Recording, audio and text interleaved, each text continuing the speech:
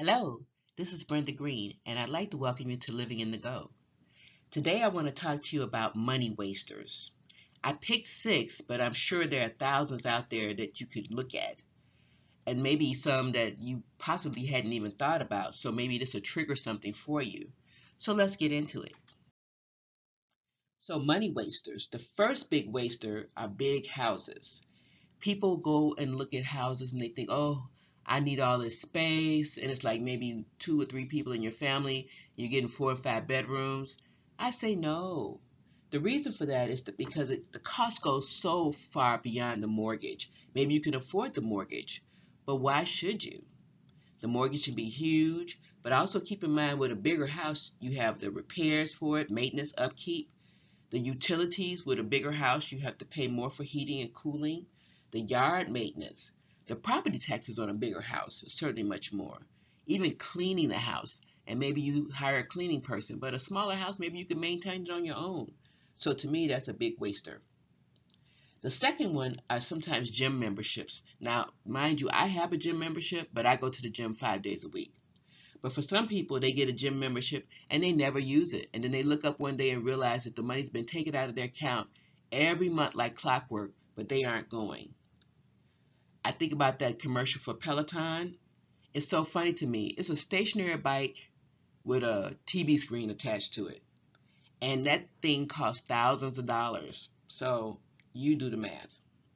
The third one would be convenience items like coffee, water, bottled water. I have a filter in my refrigerator, and that's the water I drink.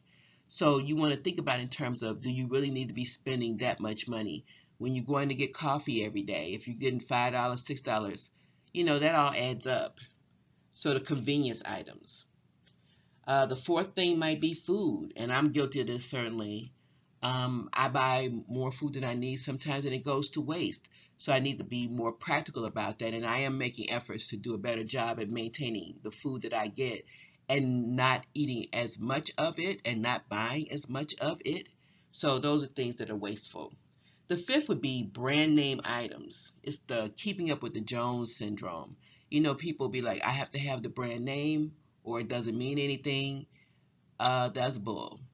Sometimes when you look at even buying food, for example, there's the generic brand and then there's the name brand. You look at the ingredients, and a lot of times the generic certainly is cheaper, but it sometimes has better quality ingredients in it.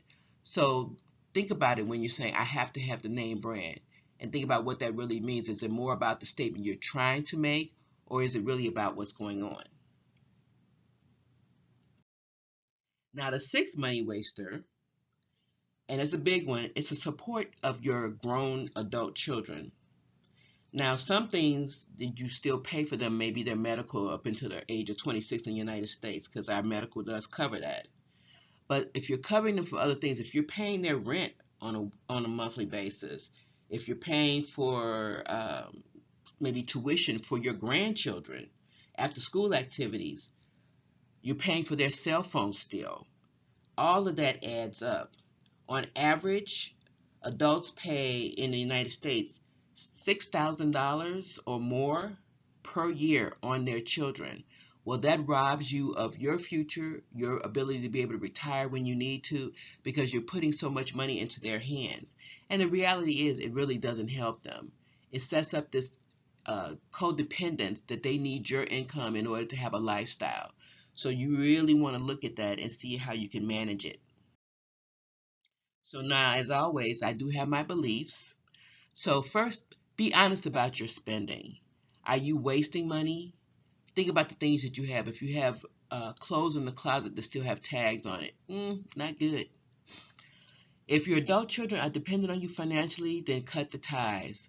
It doesn't have to be drastic, but set some expectations in terms of, well, these are things I'm not going to do for you any longer.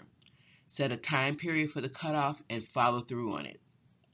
Please do comparison shopping for everything. There is a difference in terms of you could save $50 here or $100 here if you just look or even ask for the bargain. A sale is not a sale if you don't need it. So what does 50% off really mean? It means that it was overpriced to begin with. Years ago, I worked in a job that was a letter of credit negotiator. and I saw invoices of products coming into the country, and the price that it actually cost and the things that they marked it up to in the stores was ridiculous. So it's overpriced to begin with. So think about that. If you don't need it, don't get it just because it's on sale. Things cost what you're willing to pay for them. So you want to be able to negotiate. You want to ask questions. You want to make sure that you're not spending more than you need to. I always ask, if I'm paying cash for this, can I get a discount? Doesn't hurt to ask. All they can say is yes or no. We have homes full of junk and we don't use it. Declutter.